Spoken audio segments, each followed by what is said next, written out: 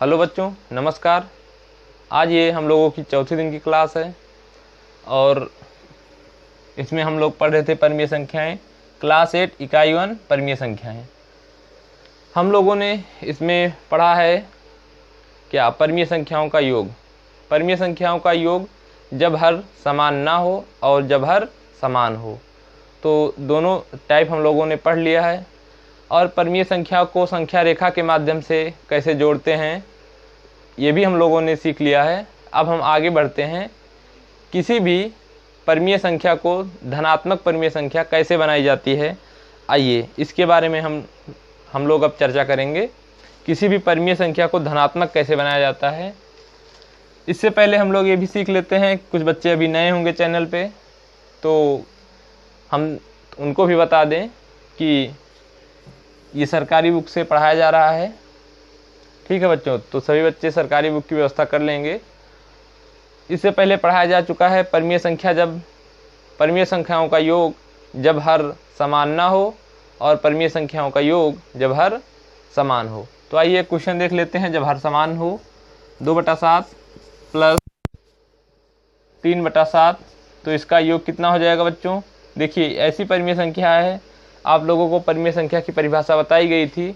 वह परमीय संख्या जिसे p/q के रूप में लिख सकते हैं, जहाँ q बराबर 0 ना हो, उसे परमीय संख्या कहते हैं। यानी अंश बटा हर, यानी ऐसी संख्या लिखें जिसमें अंश हो और हर हो। अंश 0 हो सकता है लेकिन हर 0 ना हो बच्चों, इस प्रकार की संख्या को हम परमीय संख्या कहते हैं। जो बच्चे नए हैं वो जान लें। और ये ऐसी दो परमीय संख्याओं का योग है जिसमें हम हर समान लिए हैं। तो इसको साधारण तरीके से हम लोग जोड़ लेंगे। 3 2 5, 5/7 ये हमारा हो गया। इसका योग भी एक परमीय संख्या ही मिली है हमको। एक और प्रश्न लेते हैं जिसमें हर समान नहीं रहेगा, यानी हर असमान रहेगा। तो 2/7, सॉरी बच्चों 3/7, और ले लेते हैं कितना? 2/3। तो 7 और 3 का एलसीएम लेंगे, लासा लघुत्तम समापवर्तक। तो इसका एलसीएम कितना हो जाएगा बच्चों? 7 और 3, तो इसका एलसीएम हो जाएगा बच्चों 7 × 3 = 21। ये क्या हो जाएगा बच्चों? इसका लासा हो जाएगा, यानी लासा बराबर लघुत्तम समापवर्तक, यानी कि अगर अंग्रेजी में कहें तो लोएस्ट कॉमन फैक्टर। ठीक बच्चों, अब इसका एलसीएम कितना हुआ? 21 हुआ। तो 7 में कितने से गुणा करें कि 21 हो जाएगा, यानी 21 हो जाएगा। 3 से गुणा करेंगे तो 21 हो गया। ठीक बच्चों, 7 में इसको मिटा देते हैं, एलसीएम हमारा आ गया है 21। यहाँ लिख लेते हैं एलसीएम कितना है बच्चों? 21। ठीक, अब इसको आगे हम सॉल्व करते हैं। कैसे हो जाएगा एक प्रश्न?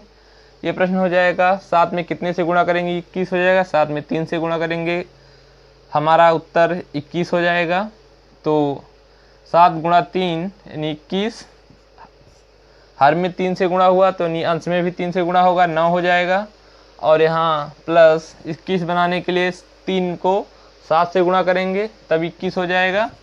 और जब 7 से गुणा हर में हुआ तो अंश में भी 7 से ही गुणा करेंगे तो 14 हो जाएगा। अब बच्चों यही प्रश्न बन गया, इसी तरह का प्रश्न बन गया कि हर समान हो गया। हर समान नहीं था बच्चों, हमने एलसीएम लेके हर समान कर लिया।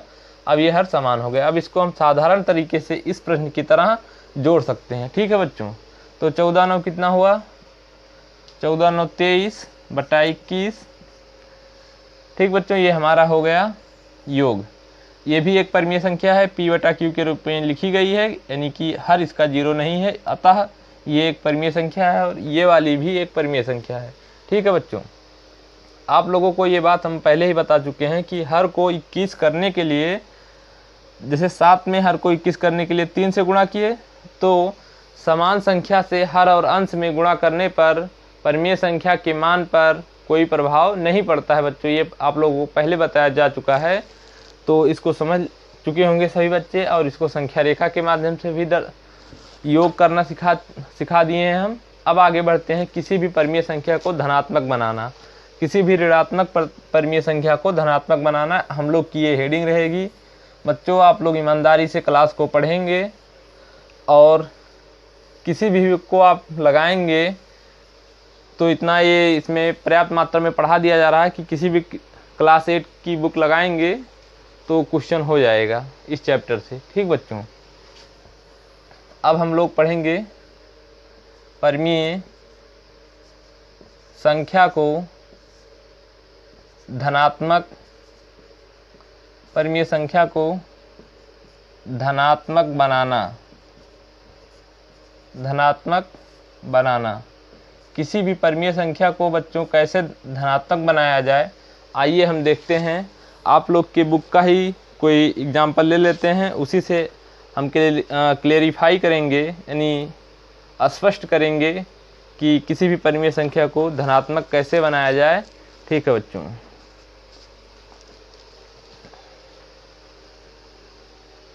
देखिए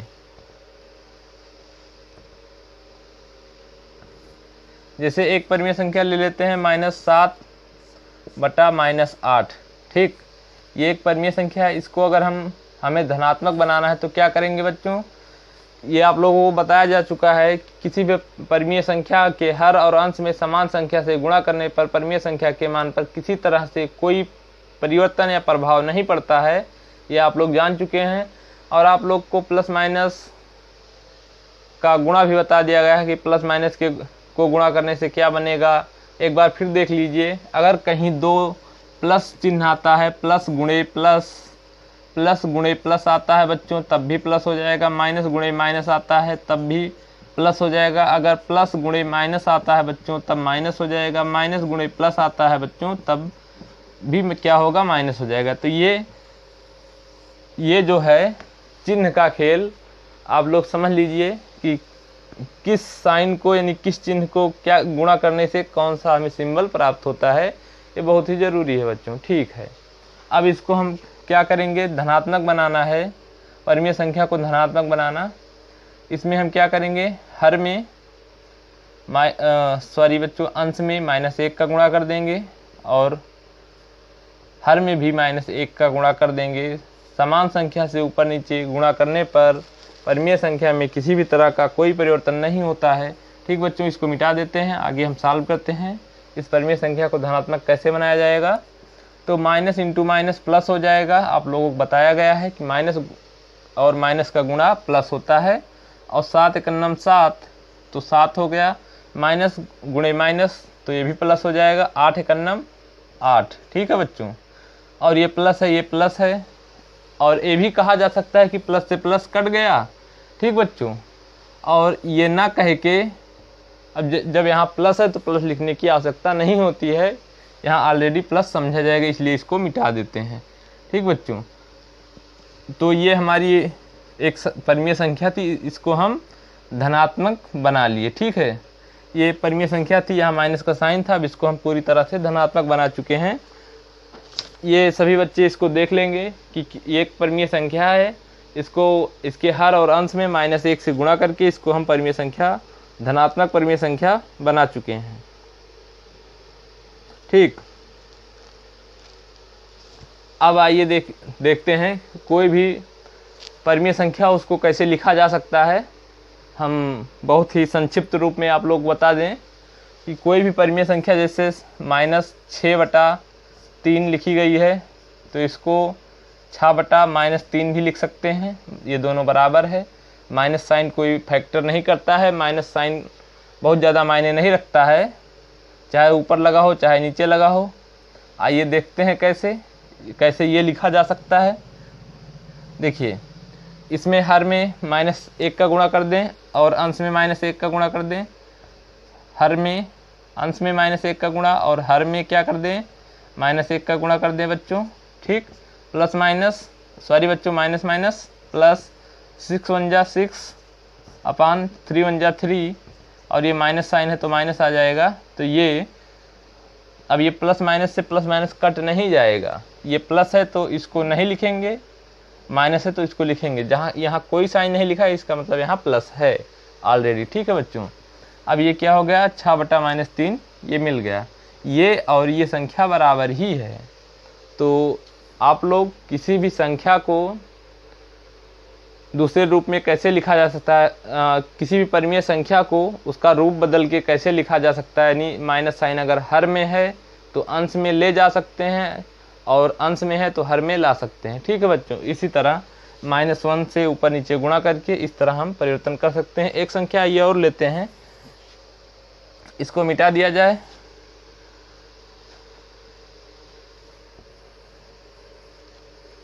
एक संख्या और लेते हैं, जैसे 7/-3। 7/-3 ले लिए। अब 7/-3 को दूसरे रूप में लिखना है तो कैसे लिखेंगे? देखिए बच्चों, 7/-3 को हम -7/3 लिख सकते हैं। आप लोग कहेंगे कैसे, तो आइए दिखा देते हैं कैसे लिखा जा सकता है। 7/-3 अंश और हर में -1 का गुणा करा लेंगे। देखिए परिमेय संख्या अगर उसका साइन परिवर्तन करना है तो अंश और हर में -1 का गुणा करा लेंगे, साइन परिवर्तन हो जाएगा। ठीक है बच्चों, तो इसको क्या करेंगे, -1 तो -7 हो जाएगा। यहाँ प्लस है, कोई चिन्ह नहीं रहता बच्चों, तो आप लोग को बार बार बता चुके हैं कि वहाँ प्लस हो जाएगा। ठीक बच्चों, अब आइए आगे देखते हैं। प्लस है यहाँ तो प्लस माइनस का गुणा माइनस, 7 1 7, और ये 3 माइनस माइनस का गुणा क्या हो जाएगा बच्चों, प्लस 3 1 3। तो ये क्या हो गया बच्चों, हमारा प्लस का कोई ज़रूरी नहीं है लिखा जाए, तो -7/3 हो गया। यानी 7/-3 को -7/3 लिखा जा सकता है, ये आप लोग सीख चुके हैं। ठीक बच्चों, अब आगे आप लोग की बुक में अब आगे बढ़ते हैं। तो आप लोग की बुक में अभ्यास प्रश्न आ गया है अभ्यास प्रश्न 1A। ठीक बच्चों, अब इसको मिटा देते हैं। इसमें कुछ क्वेश्चंस हैं, सरल कीजिए। तो आप लोग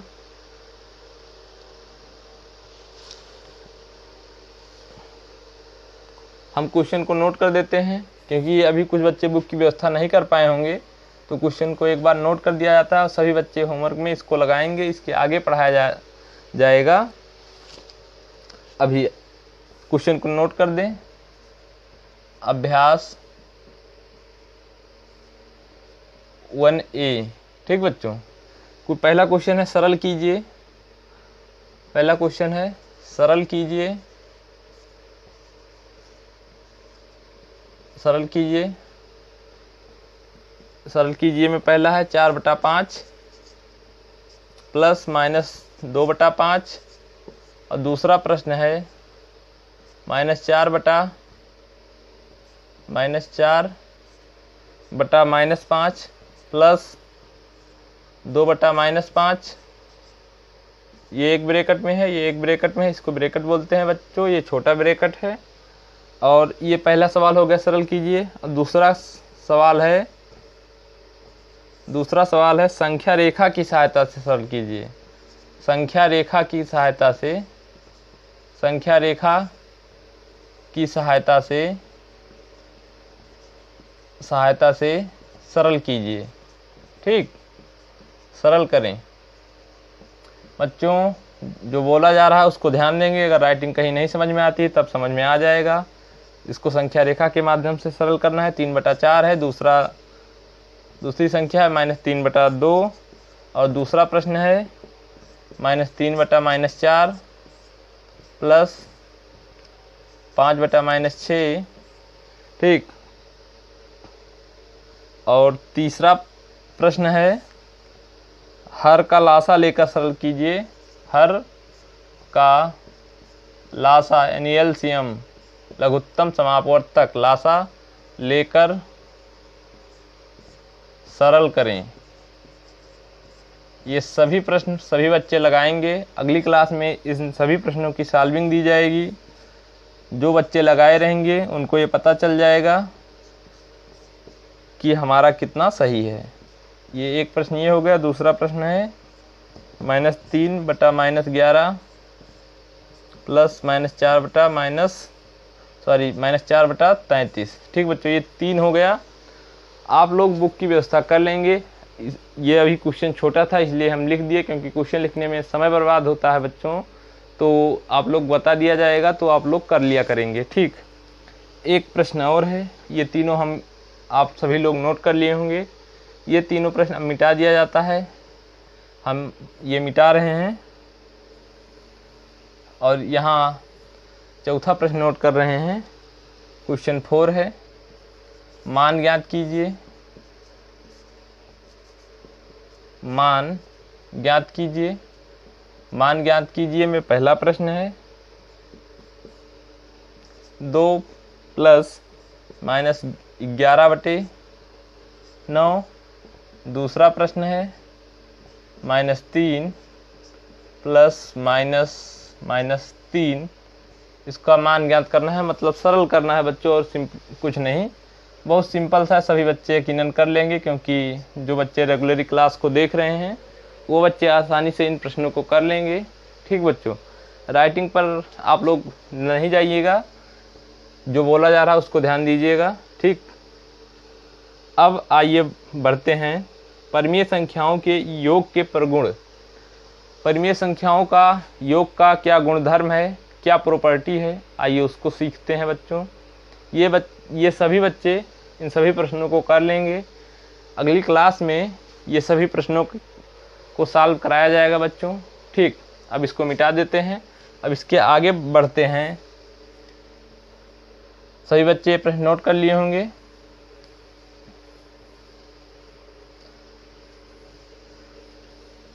PVS अस्कुंज, कांदीपुर, अयोध्या स्कूल के जितने बच्चे हैं उन सभी बच्चों की कॉपी चेक की जाएगी। सभी बच्चे ईमानदारी से लगाएंगे प्रश्न को, और जो बाहरी बच्चे क्लास को देख रहे हैं वो भी ईमानदारी से ही पढ़ाई करेंगे, क्योंकि इस समय कोरोना वायरस फैला हुआ है तो क्लासें बंद चल रही हैं। तो हम लोगों का ये प्रयास है कि आप लोग कुछ ना कुछ घर पे सीखते रहें। ठीक बच्चों, और आप लोग को तो पता ही है कि पढ़ाई कितना ज़रूरी है, क्योंकि आप लोग अब बड़े हो गए हैं। चलिए ठीक है बच्चों, अगली हेडिंग है परमीय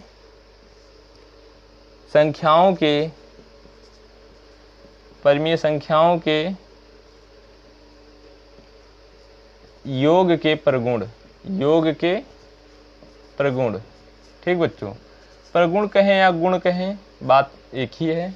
परमीय संख्याओं के योग के प्रगुण, गुण कहें या प्रगुण कहें बात एक ही है, मतलब विशेषता क्या है, परमीय संख्याओं के योग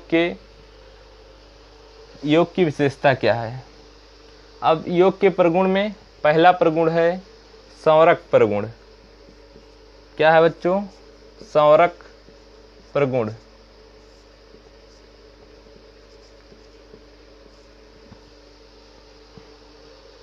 देखिए, आप लोग के बुक का एग्जाम्पल लेके ही हम सॉल्व कराएंगे, नहीं आप लोग कंफ्यूज होने लगते हैं कि ये कहाँ से क्वेश्चन कराया जा रहा है। तो आप लोग के बुक में उदाहरण दिया है, परमीय संख्याओं, हम पढ़ दे रहे हैं और लिख नहीं रहे हैं। परमीय संख्याओं 2/-15 तथा का मतलब बच्चों प्लस होता है, तथा या और, अगर कहीं और लिखा है 3/5 और 7/5, मतलब उसको जोड़ना है बच्चों। अगर प्लस लिखा है, अगर योग कहा है तब तो जोड़ना है, अगर और लिखा है तब भी जोड़ना है, अगर तथा लिखा है तब भी जोड़ना है बच्चों। अगर अब परमीय संख्याओं के घटाव की बात करेंगे तो में से लिखा रहेगा, परमीय संख्या इतने में से अगर कहीं शब्द आता है तो इसका मतलब घटाना है। ये सांकेतिक भाषा होती है, आप लोग ध्यान रखेंगे। तो इसमें प्रश्न में था परमीय संख्याओं 2/-15 तथा का मतलब प्लस -9/10 को जोड़िए, क्या प्राप्त योगफल एक परमीय संख्या है? ठीक बच्चों, अब इसको हम जोड़ कर देखेंगे, क्या इस प्रश्न को हम लोग जोड़ के देखेंगे क्या प्राप्त होने वाली जो उत्तर प्राप्त होगा, क्या वो एक परमीय संख्या है। आइए देखते हैं संवरक प्रगुण क्या कहता है। क्या करेंगे, पहले आप लोगों को बच्चों पता है कि यहाँ ये प्रश्न हो गया हमारा, इसके आगे जो हम सॉल्व करेंगे, देखिए हर में माइनस लगा है ना, तो इसको ऊपर ले जा सकते हैं, इसको -2/15 लिख सकते हैं। सभी बच्चे ध्यान देंगे। और ये प्लस है तो प्लस लगा रहेगा, माइनस 9/10। देखिए बच्चों, अगर हर में कहीं माइनस दिख जाए तो उसको आप -1 से ऊपर नीचे गुणा करके जो माइनस साइन हर में है उसको अंश में ले जा सकते हैं। जैसे अभी इसके पहले हमने बताया, तो यहाँ माइनस हर में था, इसको ऊपर लिए गए। कैसे लिए गए होंगे बच्चों, आइए देख लेते हैं एक बार। यानी कि यही किए होंगे, हर में -1 का गुणा और अंश में -1 का गुणा। तो माइनस यहाँ प्लस रहता है, जहाँ कोई साइन नहीं रहता, तो यहाँ -2 हो गया, यहाँ माइनस माइनस प्लस हो गया बच्चों, तो +15 हो जाएगा। ठीक, तो यही बात लिखी गई है, और कोई बहुत कठिन सा प्रश्न थोड़ी ना है। इसको लिख दिया बच्चों। अब क्या करेंगे बच्चों, 10 और 15 है। देखिए बच्चों, निगेटिव संख्याओं का एलसीएम नहीं होता है, हमेशा जो लासा लिया जाता है वो धनात्मक संख्याओं का लिया जाता है। इसी से बचने के लिए हमने -1 से हर और अंश में गुणा किया, ताकि जो हमारा हर है वो धनात्मक हो जाए, प्लस हो जाए, पॉजिटिव हो जाए बच्चों। तो अब क्या करेंगे, इसको जोड़ने के लिए 10 और 15 का एलसीएम लेंगे। तो 10 और 15 का एलसीएम हम लोग देख लेते हैं। 10 और 15 के एलसीएम की बात करें, कितना हो जाएगा बच्चों, 5 से कटेगा, 5 दूना 10, 5 तियाँ 15, 2 3, अब ये 3 से चला जाएगा, क्यों बच्चों। ठीक, तो लासा कितना आ जाएगा, सभी बच्चे बताएं। 5 × 2 × 3 कितना हो जाएगा, क्या 30 हो जाएगा। सभी बच्चे ध्यान दें, लासा कितना हो जाएगा बच्चों, 30 हो जाएगा। तो लासा 30 हो जाएगा। इस प्रश्न को यहाँ के आगे हम, ये लासा हम लोगों ने निकाला है, अब यहाँ के आगे हम यहाँ लिखते हैं -2 ये 15 था बच्चों, लासा 30 है। इसके हर को 30 करने के लिए 15 में कितने से गुणा करेंगे, 2 से, यानी 15 में 2 से गुणा करेंगे तब ये 30 हो जाएगा। नीचे 30 लिखेंगे। अभी आप लोगों को बताया गया था कि जब हर समान कर रहे हों तो परिमेय संख्या में हर और अंश दोनों में एक ही संख्या से गुणा होता है, इससे परिमेय संख्या के मान पर प्रभाव नहीं पड़ता है। ठीक बच्चों, तो 30 हुआ यहाँ। अब यहाँ -2 है, तो 15 में 2 का गुणा हुआ तब 30 हुआ होगा, तो यानी -2 में भी 2 का गुणा होगा तो -4 हो जाएगा। और क्या होगा बच्चों, ठीक है। आप लोगों के बुक में काफ़ी डिटेल किया गया है, विस्तार किया गया है, लेकिन हम आप लोग को समझा के बता दे रहे हैं कि 15 में कितने का गुणा करेंगे कि 30 हो जाएगा, 15 में 2 का गुणा करेंगे 30 हो जाएगा। जब बच्चों हर में 2 का गुणा कर लिए तो अंश में भी 2 का गुणा करेंगे, तो 2 दूना 4 हो जाएगा, यानी -4 हो जाएगा प्लस। अब यहाँ का क्या करेंगे, प्लस और माइनस क्या होगा, ब्रैकेट हटा देंगे, प्लस माइनस, प्लस और माइनस माइनस हो जाएगा बच्चों। 10 में कितने का गुणा करेंगे, 30 हो जाए। 10 में आप लोग कहेंगे 3 का गुणा कीजिए, 30 हो गया।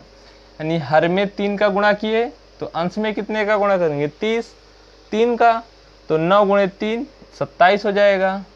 और प्लस माइनस माइनस होता है, ये साइन यहाँ लग चुका है। अब यही हमारा सॉल्व हो गया बच्चों प्रश्न।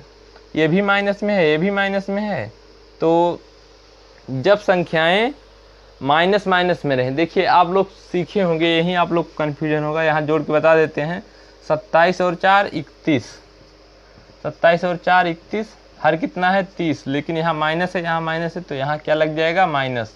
ठीक बच्चों, अब यहाँ आप लोग कन्फ्यूजन होगा, हम यहाँ बता दें कि जब धनात्मक अंकों को हम जोड़ते हैं, जब हम धनात्मक अंकों को जोड़ते हैं तो प्राप्त परिमेय संख्या धनात्मक होती है। जब 2 ऋणात्मक परिमेय संख्याओं को जोड़ेंगे तो प्राप्त जो उत्तर होगा वो भी ऋणात्मक होगा।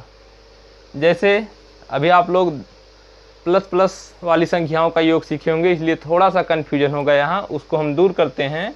देखिए जैसे -5 है, -3 लिखा गया, -5 -3, इसका मतलब ये नहीं 5 से 3 जाएगा, 2 आ जाएगा, -2 आ जाएगा, गलत हो जाएगा, बिल्कुल गलत है। -5 -3, तो ये हो जाएगा कितना बच्चों, देखिए यहाँ प्लस करके -3 लिख दिया जाए, वही बात है जो अभी हम लिखे थे, उसको एक स्टेप और बढ़ा दिए तो क्या होगा, ये -5 प्लस -3, ये कितना हो जाएगा, -5 -3 -8 हो जाएगा बच्चों। क्योंकि यहाँ भी माइनस है, यहाँ भी माइनस है, तो -8 हो जाएगा। अब लोग 5 + 3 जोड़ते हैं तो 8 होता है, क्योंकि यहाँ भी प्लस होता है, यहाँ भी प्लस है, इसलिए 8 हुआ। लेकिन जब माइनस संख्याओं का योग करते हैं तब माइनस साइन के साथ ही उनका योग होता है। -5 -3 -8 हुआ। अब यहाँ -4 था, -27 था, ये माइनस साइन इसी के साथ समझा जाएगा, तो -31/30 हो गया। तो ये चीज़ें हम लोग को क्लियर हो गई। अब हम ये देखते हैं कि क्या प्राप्त योगफल एक परिमेय संख्या है। परिमेय संख्या होने के लिए कंडीशन आप लोग को बताई जा चुकी है कि वह संख्या जिसे p/q के रूप में लिख सकते हैं लेकिन q = 0 ना हो, ऐसी संख्या को क्या कहेंगे बच्चों? परिमेय संख्या कहेंगे। तो p हो गया, ये q हो गया, p/q, q = 0 ना हो, यानी हर उसका 0 किसी भी परिस्थिति में नहीं हो सकता है, तो ऐसी संख्या को परिमेय संख्या कहेंगे। तो उत्तर क्या लिखेंगे? हाँ, ये एक परिमेय संख्या है। ठीक है बच्चों, ये एक परिमेय संख्या है। यही है संवरक प्रगुण कि दो परिमेय संख्याओं को लेंगे और अगर अंश पॉजिटिव है, अंश अगर निगेटिव है तो ठीक है। अगर हर चिन्ह में माइनस साइन लगा है, घटाव का निशान लगा है, तो उसको -1 से हर और अंश में गुणा करके उसको धनात्मक बनाएंगे। तो ये धनात्मक बना लिए, 15 हो गया। अब इसका लासा ले लेंगे, लासा लिए 30 आया। इस तरह हम इसको सॉल्व कर देंगे। तो यही क्या हो गया बच्चों? संवरक प्रगुण। ठीक बच्चों, सभी लोगों को ये प्रश्न समझ में आया होगा संवरक प्रगुण क्या है। कुछ है नहीं बच्चों, जैसे हम लोग पहले जोड़ते थे वही सिंपल चीज है। संवरक प्रगुण। अब आगे दूसरा क्या है? दूसरा आप लोगों में है कर्म विनिमय प्रगुण। ठीक है बच्चों, अब इसको हम लोग पढ़ेंगे कल। इसको हम मिटा देते हैं और अगली हेडिंग डाल देते हैं। यहीं से हम कल शुरुआत करेंगे। पहले अभ्यास प्रश्न को सॉल्व कराया जाएगा, उत्तर बताया जाएगा। इसको मिटा दे रहे हैं बच्चों, फिर उसके बाद पढ़ा जाएगा। कर्म विनिमय प्रगुण में थोड़ा सा बता देते हैं। दूसरा हो जाएगा ये क्या बच्चों? क्रम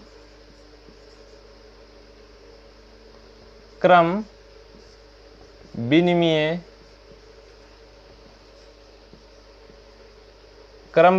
प्रगुण। ठीक बच्चों, क्रम विनिमय प्रगुण। देखिए बच्चों, क्रम मतलब ऑर्डर। जैसे कुछ बच्चे एक पंक्ति में खड़े हैं तो क्या कहा जाएगा? सभी बच्चे क्रम से खड़े हैं, मतलब एक के बाद एक, यही हुआ क्रम। क्रम विनिमय मतलब जो चीज़ें क्रम से रहेंगी उसी को पलट देंगे। जैसे 2/7 प्लस -6/7। ठीक बच्चों, ये क्या है? परिमेय संख्याओं का योग है। अब इसी के स्थान को क्या करेंगे? पलट देंगे। -6/7 इधर आ जाएगा और 2/7 इधर आ जाएगा। ठीक बच्चों, इसको जोड़ेंगे तब भी उत्तर उतना आएगा, इसको जोड़ेंगे तब भी उत्तर उतना आएगा। परिमेय संख्या पे ना जाके हम एक छोटी सी संख्या ले लेते हैं। तो कल परिमेय संख्या से हम चर्चा करेंगे, नहीं आप लोग ना समझ पाएँ। देखिए बच्चों, जैसे 5 + 6 कितना होता है? 11 होता है, सभी बच्चे कहेंगे। ठीक, ये सिंपल तरीका है, 5 + 6 11 योग करने का तरीका है। लेकिन जब कर्म विनिमय प्रगुण से करेंगे इसे, तो इस सवाल को कहा जाए कर्म विनिमय प्रगुण से कीजिए, तो 6 + 5 कर देंगे, मतलब ये 6 और +5 11। स्थान परिवर्तन ही कर्म विनिमय है। क्रम का विनिमय, विनिमय मीन्स एक्सचेंज होता है, अदला बदली। ठीक बच्चों, तो क्रम विनिमय प्रगुण, क्रम इसके नाम से ही स्पष्ट है। क्रम विनिमय यानी क्रम का यानी स्थान का अदला बदली, विनिमय यानी एक्सचेंज मीन्स परिवर्तन। तो 5 + 6 11 हुआ, 6 को इधर कर लिए, 5 को उधर कर लिए, तब भी क्या हुआ? उत्तर 11 हुआ। उत्तर दोनों परिस्थिति में ही बराबर ही रहेगा, लेकिन स्थान जो हो जाएगा वही चेंज हो जाएगा बच्चों। तो हम उम्मीद करते हैं कि आज का सभी प्रश्न आप लोगों को समझ में आया होगा, और कल हम कर्म विनिमय प्रगुण से स्टार्ट करेंगे। ठीक बच्चों, अगली क्लास। और जो होमवर्क दिया गया था सभी बच्चे ईमानदारी से करेंगे, और जिस बच्चे को जो प्रश्न नहीं आएगा वो कमेंट में अपने भैया या पापा की मदद से कमेंट बॉक्स में लिखेगा कि अभ्यास प्रश्न इतने का ये प्रश्न फिर से बता दिया जाए या नहीं समझ में आया है। ठीक बच्चों, आज के लिए इतना ही, धन्यवाद।